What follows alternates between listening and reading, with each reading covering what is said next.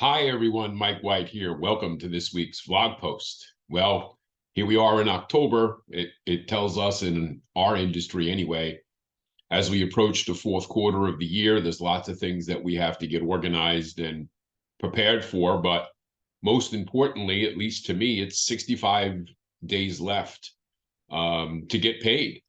I mean, unlike most any other business, our business is one where, we get an opportunity, we put together that opportunity, people move forward with that opportunity, even after the transaction closes.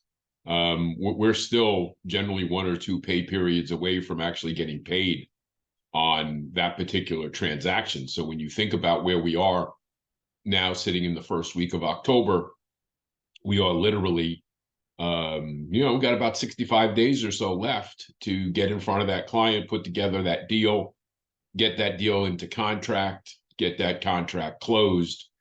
Because to be honest with us, if we're not getting those deals closed by, say December 15th, we're not likely to get paid on those deals. And while those transactions certainly count right up until the end of December, December 29th likely being the last day of the year you're going to be able to close.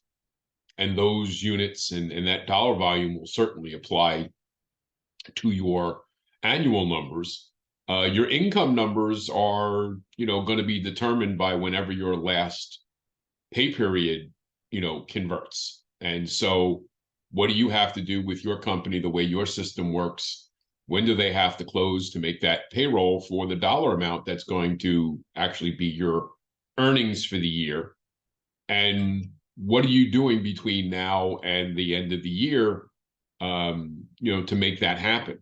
Because we've just got, like I said, about 65 days left to do the things that we need to do, not only to close the number of units that we want and get paid the dollars that we're looking for or that we targeted, but we also have to continue to build the pipeline, the momentum going into 2024. And we see it all the time, right? We see loan officers, they're trying to reach certain income goals, certain targets that they had for units or dollar volume or awards. We talk about this a lot. And again, with October being business planning month, this is the time of the year that we have to focus on where we are and what we've done, what's in the pipeline. What do we have going forward? What's likely to happen? And are there any dormant pre-approvals that we've done so far this year that haven't converted that we might be able to reach out to and help them come to the conclusion that sitting on the sidelines waiting has not exactly been beneficial to them? All of those things are things that we have to do to prepare for the end of this year, as well as the pipeline going into next year. Because again, what traditionally happens is loan officers literally scrounge their pipeline, do everything possible, and pull everything they can into the calendar year. And unfortunately, what happens is they strip their pipeline and they roll into the following year with very little going on. Consequently, we see whatever numbers we see in December, followed by a pretty miserable January. And while that helps out the 2023 numbers, it starts 2024 in a huge hole, which is why we focus in October. It's why October is business planning month.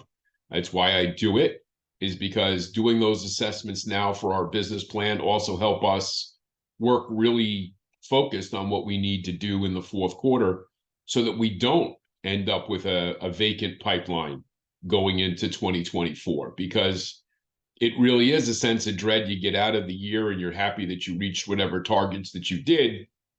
And then you wake up on January 2nd and there's nothing in the pipeline. There's nobody looking.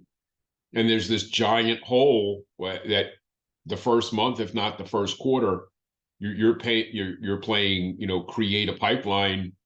And then seems like the whole rest of the year, you're trying to overcome having pirated your pipeline going into the year. So it's really important that we get started. In the first place that we have to do is to run our numbers. And there's 5 areas that you have to pay attention to, which is what have you already closed? What's already scheduled to close? What's already in your queue getting ready to go? How many pre-approvals are actively looking? And that's a difference between how many pre-approvals you have versus how many are really actively engaged in looking for that property. What I talked to before was how many dormant pre-approvals do you have that you can rally into, action mode. And last but not least is where are the next opportunities coming from? What am I going to focus on? Do I have my schedule? Do I have my event calendar planned? Do I have all the things that I'm going to do in the fourth quarter? We're already just a few weeks away from Halloween. We're going to be rolling into November, which is Thanksgiving, Black Friday, and obviously December, the end of the year rush, the holidays, everything else that's going on. So you really need to make the most of your time going forward. And it's important that you have a plan and you build a schedule around the things that you're willing to do to generate those opportunities, to convert those opportunities into things that are not only going to pay you this year and build your numbers for 2023, but to build that pipeline going into 2024.